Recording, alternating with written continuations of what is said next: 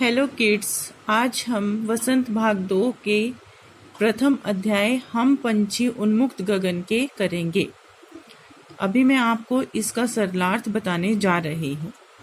पहला पैराग्राफ है, हम पंछी उन्मुक्त गगन के पिंजर बदना गा पाएंगे, कनक तीलियों से टकराकर पुलकित पंख टूट जाएंगे। सबसे पहले तो हम इसका प्रसंग लिखेंगे और उसके बाद इसका सरलार्थ लिखेंगे। आपने हम पंछी डैश डैश डैश टूट जाएंगे यह लिखकर नीचे प्रसंग लिखना है। प्रसंग में मैंने आपको 3 बातें मेन बताई हैं।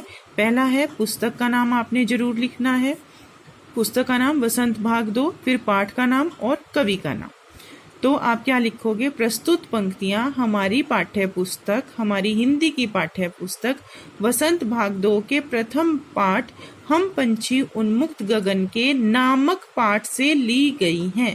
पहले आप पाठ का नाम लिखोगे, फिर आपने उसके बाद लिखना है नामक पाठ से ली गई हैं। इसके कवि, फिर आपने इसमें कवि का नाम लिखना है। इसके कवि श्री शिव मंगल सुमन जी हैं। फिर आपने थर्ड लाइन में इस पूरे पैराग्राफ के विषय में बताना है कि इस पद्यांश में कवि ने क्या कहा है। इस पद्यांश में कवि पक्षियों की मनोदशा बता रहे हैं। तो आप तीसरी लाइन में यह लिखोगे कि इसमें कवि पक्षियों की मनोदशा बता रहे हैं। ये नहीं लिखोगे कि बताते हुए कह रहे हैं, आपने लिखना है बता रहे हैं। फिर आपने नेक्स्ट लाइन में इसका सरलार्थ लिखना है।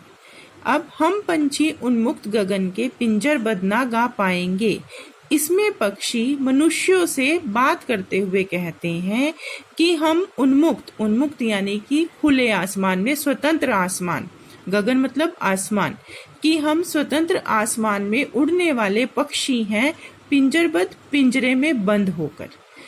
हम उन्मुक्त गगन में, खुले आसमान में उड़ने वाले पक्षी हैं। यदि तुमने हमें पिंजरे में बंद कर लिया तो हम अपने मधुर स्वर में नहीं गा पाएंगे, अर्थात हम पिंजरे में खुश नहीं रहेंगे। अर्थात करके आपने इस लाइन का अर्थ लिखना है। यदि तुमने हमें पिंजरे में बंद कर लिया तो हम उसमें अपने मधुर स्वर में नहीं गा पाएंगे, अर्थात हम उसमें खुश नहीं रह पाएंगे। कनक तीलियों से टकराकर पुलकित पंख टूट जाएंगे। यहाँ पर कनक तीलियों का मतलब है लोहे की सलाखें। पिंजरे में सलाखें होती हैं तो उन्हीं को ही कनक तीलियां कहा है। पिंजरे की लोहे की सलाखों से टकराकर हमारे पुलकित यानी कि कोमल पंख टूट जाएंगे। अर्थात इसमें पक्षी कह रहे हैं हमें पिंजरे में बंद मत करो, हमें खुले आसमान में उड़ने दो। फिर हमने सेकंड पैराग्राफ लिखना है।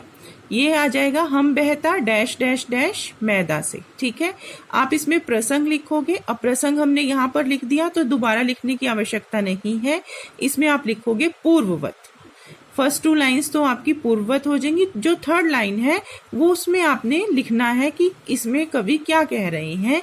इसमें कवि पक्षियों के विषय में बता रहे हैं कि उन्हें खुले आसमान में रहकर वहां से जल पीना ज्यादा अच्छा लगता है, ना कि पिंजरे से। तो इनको आप अपने शब्दों में स्वयं लिखोगे। फिर आप सरलार्थ देखो, हम बहता जल पीने वाले मर जाएंगे भूखे प्यासे। इसमें पक्षी मनुष्यों को कहते हैं कि यदि तुमने हमें पिंजरे में बंद कर दिया, हम सेकंड लाइन को पहले लिखेंगे, यदि तुमने हमें पिंजरे में बंद कर दिया तो हम पिंजरे में बंद होकर भूख और प्यास के कारण मर जाएंगे, क्योंकि हम नदी का बहता जल पीने वाले पक्षी हैं। नदी का बहता जल पीकर हम खुश रहते हैं। पिंजरे में कटोरी में दिया गया जल हमारी प्यास नहीं बुझा सकता, इसलिए हम पिंजरे में भूखे और प्यासे रहकर मर जाएंगे।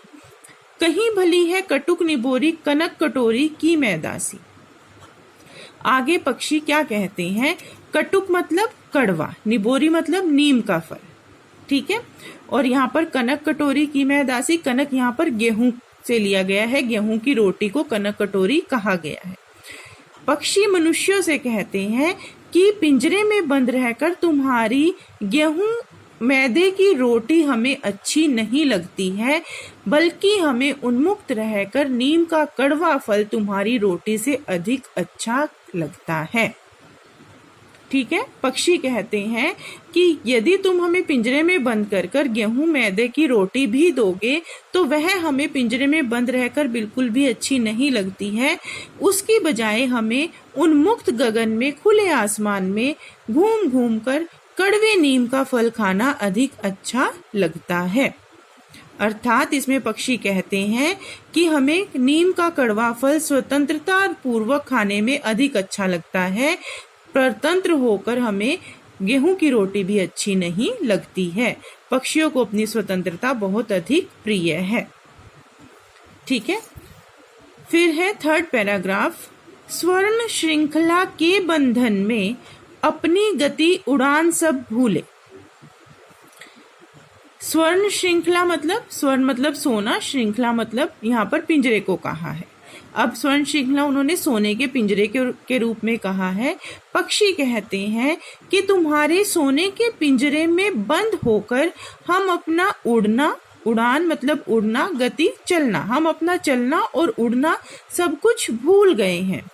बस सपनों में देख रहे हैं तरु की फुनगी पर के झोले झूले। तरु मतलब पेड़, फुनगी मतलब सबसे ऊंची टहनी, पेड़ की सबसे ऊंची टहनी। पक्षी कहते हैं पेड़ की सबसे ऊंची टहनी पर झूलने को अब सिर्फ हम सपनों में ही देख सकते हैं। अब हम इस फुनगी पर नहीं झूल सकते क्योंकि तुमने हमें पिंजरे में बंद कर दिया है। क्लियर? दोबारा देखो। स्वर्ण श्रृंखला के बंधन में अपनी गति उड़ान सब भूले। इसमें पक्षी मनुष्यों से कहते हैं तुमने हमें सोने के पिंजरे में बंद कर दिया है, उसमें बंद होकर हम अपना चलना और अपना उड़ना सब कुछ भूल चुके हैं। पेड़ की सबसे ऊंची टहनी पर झूलने को के हम सिर्फ सपने ही देख सकते हैं। हम पेड़ की सबसे ऊंची टहनी पर अब नहीं झूल सकते क्योंकि तुमने हमें पिंजरे में बंद कर दिया है। अर्थात पक्षी को अपनी स्वतंत्र रूप से उड़ना अधिक प्रिय है, उसे पिंजरा बिल्कुल भी पसंद नहीं है। ये देखो फोर्थ पैराग्राफ। ऐसे थे